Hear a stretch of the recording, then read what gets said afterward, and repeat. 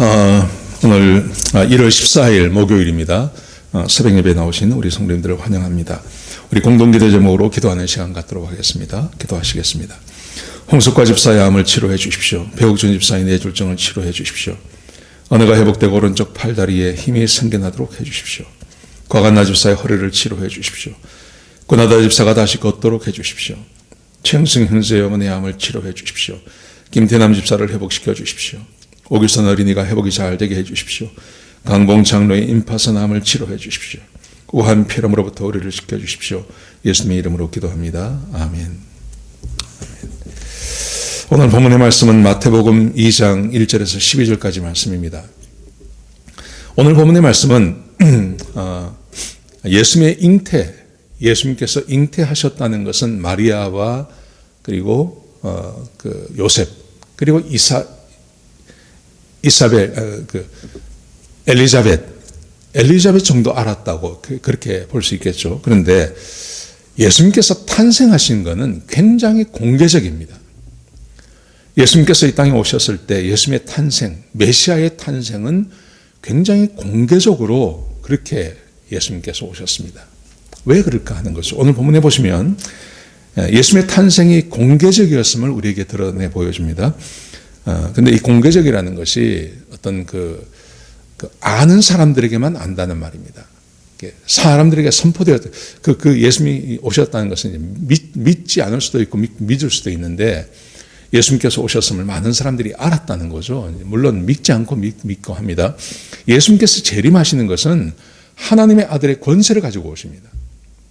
하나님의 아들의 권세를 가지고 오시기 때문에 모든 사람이 다 압니다. 그런데 예수님께서 초림하실 때는 비밀스럽게 오셨지만 그 비밀이 모든 사람들에게 숨겨진 것이 아니라 이게 공개적으로 그렇게 오셨다는 거죠. 왜 그렇게 하셨을까 하는 겁니다.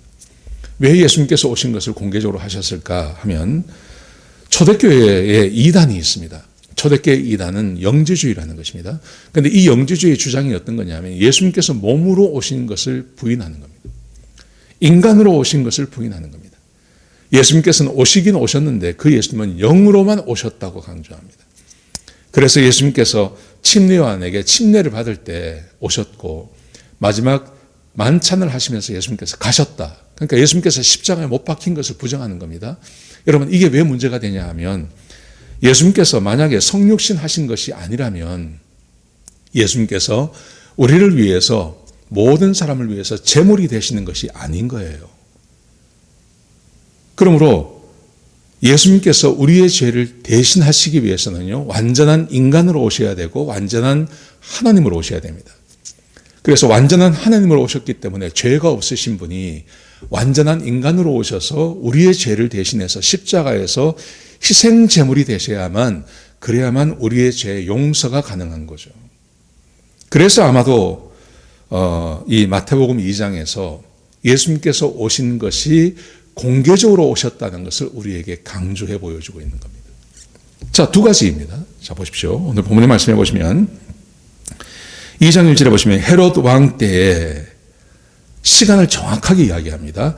헤롯이 왕으로 있을 때 예수께서 유다의 베들레헴에서 나심에 장소를 말하죠. 시간과 장소를 말합니다. 유대 베들레헴 그랬더니 근데 아무도 모릅니다. 이거를.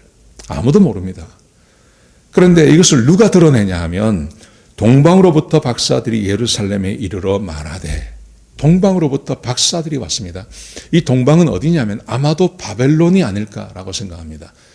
왜 바벨론이냐면 바벨론 말고도 다른 나라들이 많이 있었습니다. 근데 왜 바벨론이라고 말하냐 하면 여기서 말하는 박사들은 다니엘서를 보면 거기에 제사장들이 있습니다. 박사들이 있습니다. 근데 왜 거기에 있는 바벨론의 박사들이라고 하냐 하면 거기에 한 500년 전에, 한 600년 전이죠. 600년 전에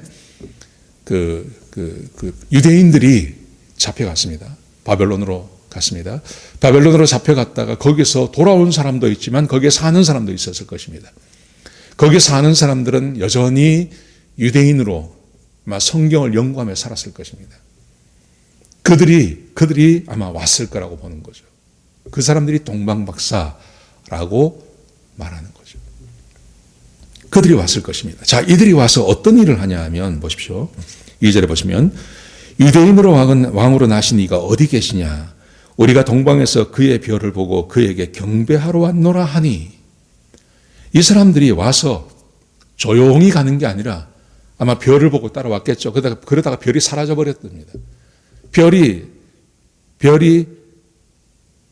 사라져 버리니 이 사람들이 와서 아예 공개적으로 소리를 지르면서 사람들에게 이것을 알리는 것입니다. 유대인의 왕으로 나신 이가 어디 계시냐? 우리는 그를 경배하러 왔다.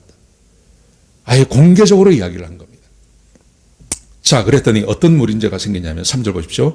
헤롯 왕과 온 예루살렘이 듣고 소동한지라. 이 헤롯 왕은요, 이때 나이가 70이 넘었습니다.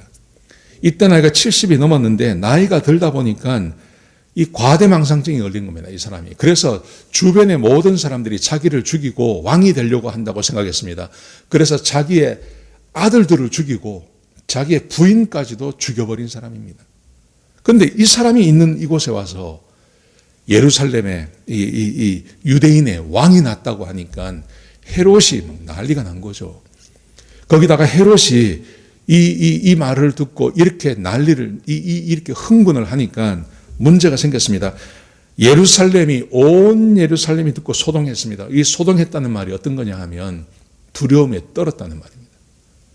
헤롯 왕이 막 광분을 해서 난리를 치니까 이 예루살렘이 다 두려움에 떨었다는 거죠. 그래서 메시아가 오셨다는 말을 모든 사람들이 다 듣도록 하셨다는 거죠. 물론 예수님께서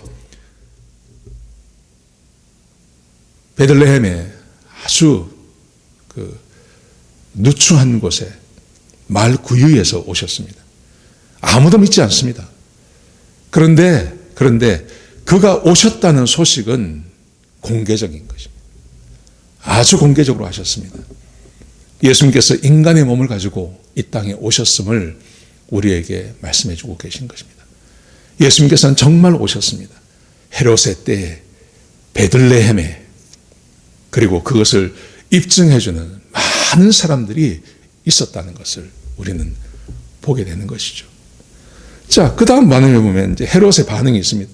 헤롯이 사람들에게 찾아서 어느 지역이냐 그러고 베들레헴이라 그러고 이런 이야기가 나옵니다. 자, 그런데 보십시오. 9절에 보시면요,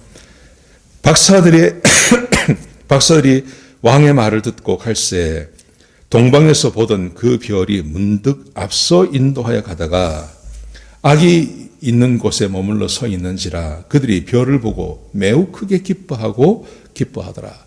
별이 다시 나타났습니다. 그리고 그들을 데리고 갔습니다. 그래서 아기 위에 머물렀습니다.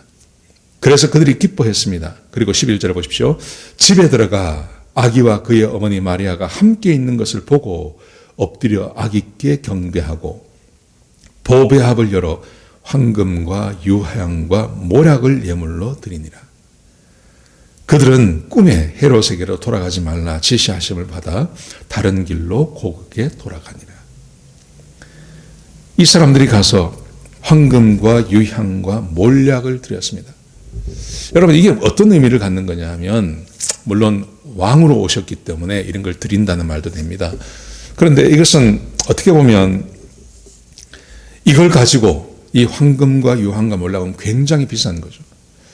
여러분 아시겠지만 헤롯이 아니라 이 요셉은 그렇게 주변머리가 많은 사람 같지가 않습니다. 오직 하면 자기 부인이 산기가 있는데 부인이 그 여관 하나 잡지 못해서 마구간에서 구유에서 아기를 낳게 하셨겠습니까? 근데 잘 아시겠지만 이런 일이 벌어진 다음에 헤롯이 예수님을 죽이려고 그러죠. 그래서 마리아와 요셉과 예수님이 애굽으로 내려갑니다. 애굽에서 얼마간 지나게 됩니다. 거기 가서 어떻게 지냈을까요? 거기 가서 지낼 수 있었던 것은 이 동방박사들이 준 황금과 유향과 모략을 팔아서 아마도 거기서 지냈을 거다, 그렇게 보는 거죠. 예수님께서 오셔서 이 세 사람이 와서, 동방의 박사들이 와서 경배를 하고, 그리고 황금과 유향과 몰약을 드려서 그의 앞날을 준비하게 하고, 그리고 예수님께서 신변의 위협을 느끼셔서 잠깐 떠나셨다가 다시 돌아오시고 하는 과정, 이 모든 과정이 실제로 이 땅에서 일어난 사건이라는 것입니다. 그리고 내일 말씀에 나오지만 헤롯이 속은 것을 알고 2살 이하의 아이들을 다 죽이지 않습니까? 예수님께서 인간의 몸을 가지고 오셨다는 것을 우리에게 보여주고 있는 겁니다. 여러분, 본문이 오늘 우리에게 주고 있는 교훈, 하나님의 말씀은 그대로 다 이루어집니다. 그리고 예수님께서 오셔서 인간의 몸을 가지고 오셨습니다. 그리고 우리를 위해서 십자가에 못 박혀 죽으시고 온갖 고통을 다 당하셨습니다. 그리고 저와 여러분을 구원해 주셨습니다. 이 놀라운 은혜가 얼마나 귀한지 모릅니다. 여러분, 이렇게 우리가 구원받은 겁니다. 완전한 구원을 받은 겁니다. 하나님께 감사하시고 하나님의 자녀답게 사시는 오늘 귀한 하루가 되시기를 주의 이름으로 축복합니다. 기도하시겠습니다. 하나님 감사합니다. 귀한 말씀 주셔서 감사합니다. 하나님이 인간의 몸을 가지고 오셨다는 그 놀라운 사건을 하나님께서 행적으로 남기셨습니다. 하나님, 의심하지 않게 하시고 믿음 위에 믿음을 더하시고 하나님의 자녀답게 사는 주의 백성들이 되게 역사하여 주옵소서. 주님 감사합니다. 예수님의 귀하신 이름으로 기도드렸습니다. 아멘.